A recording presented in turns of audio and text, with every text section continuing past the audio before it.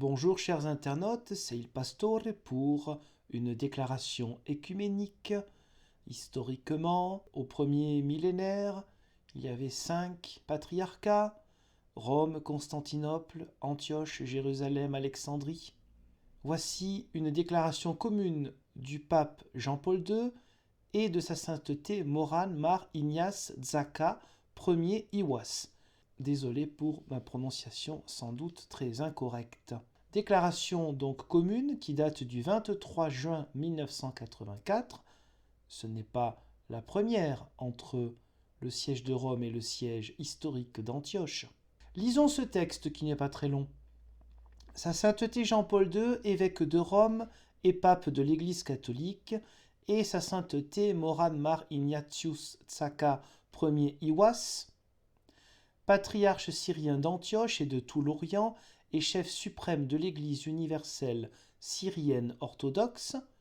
Parfois on utilise le mot syriaque, je prends ce qui est marqué dans les textes officiels, syrienne orthodoxe, s'agenouille humblement devant le trône de gloire de notre Seigneur Jésus-Christ en rendant grâce à Dieu qui leur a donné la merveilleuse occasion de se rencontrer dans son amour pour approfondir les relations entre les deux églises sœurs, l'église de Rome et l'église syrienne orthodoxe d'Antioche.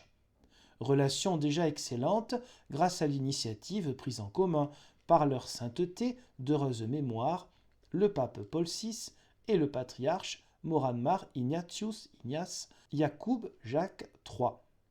Ce texte-là de Paul VI et d'Ignace Jacques III, on le retrouve aussi dans cette liste de lecture intitulée Accords, dialogues et événements œcuméniques.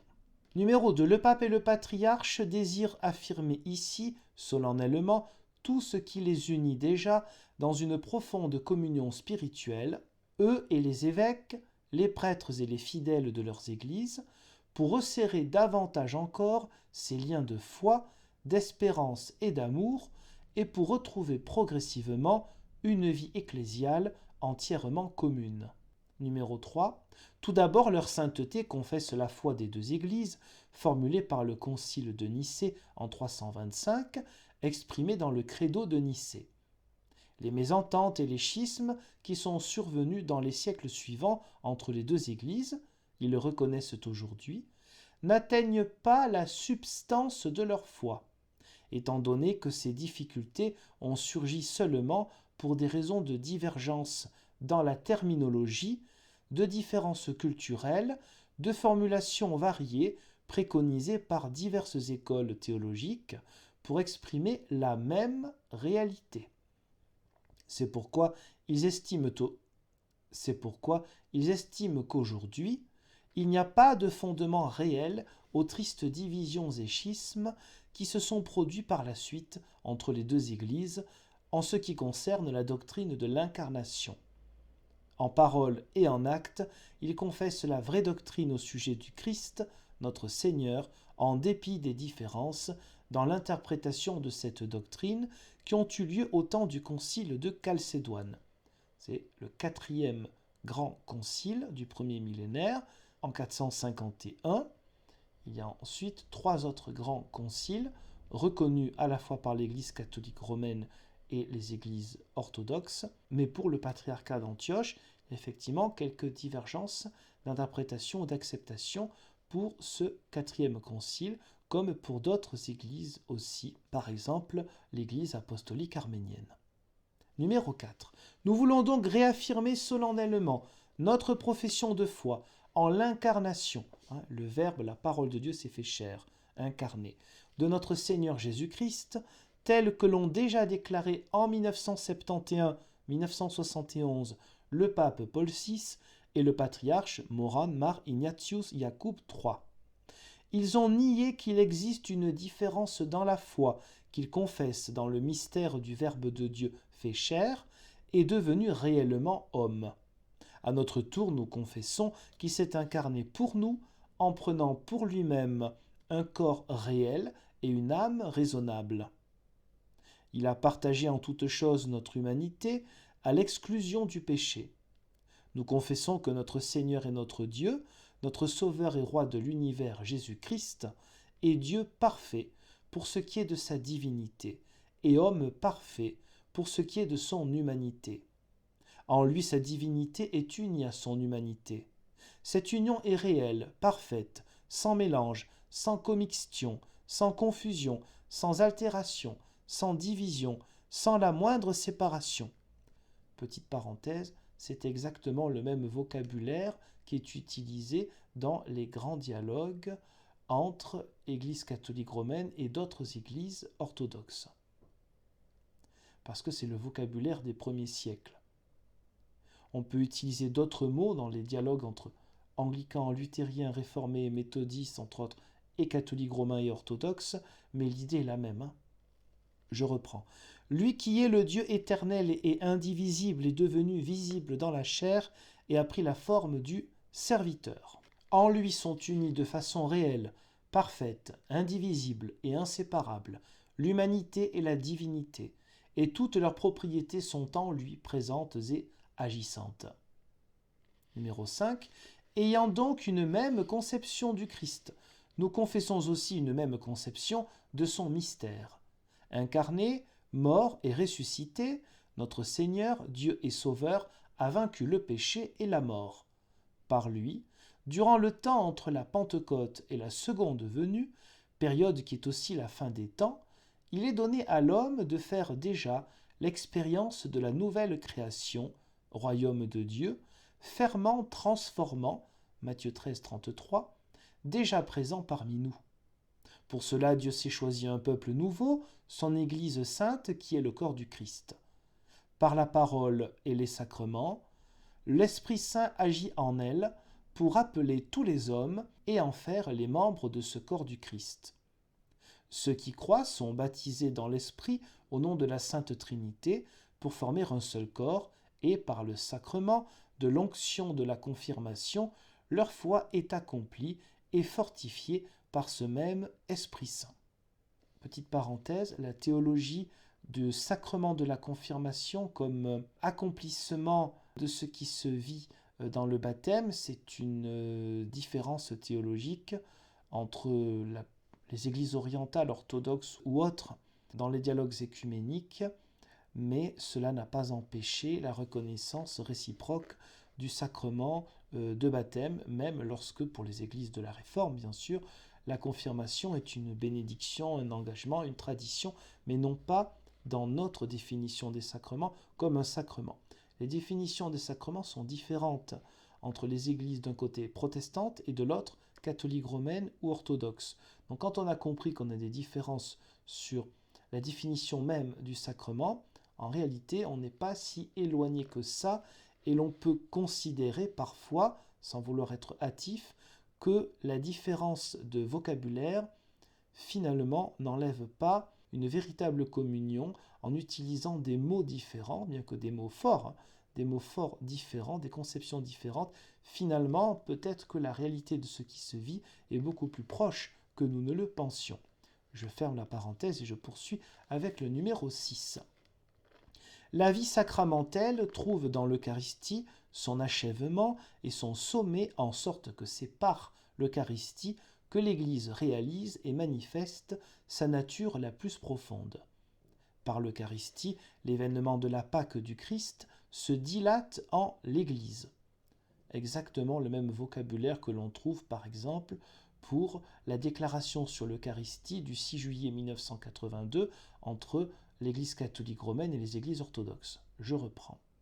Par le baptême et la chrismation, donc le Saint-Crème, de l'huile, symbolisant par là la pénétration du Saint-Esprit dans tout l'être humain, en effet, les membres du Christ sont oints par l'Esprit, greffés sur le Christ, et par l'Eucharistie, l'Église devient ce qu'elle est appelée à être de par le baptême et la chrismation. Par la communion au corps et au sang du Christ, les fidèles croissent en cette divinisation mystérieuse qui, par l'Esprit Saint, les fait demeurer dans le Fils comme les enfants du Père.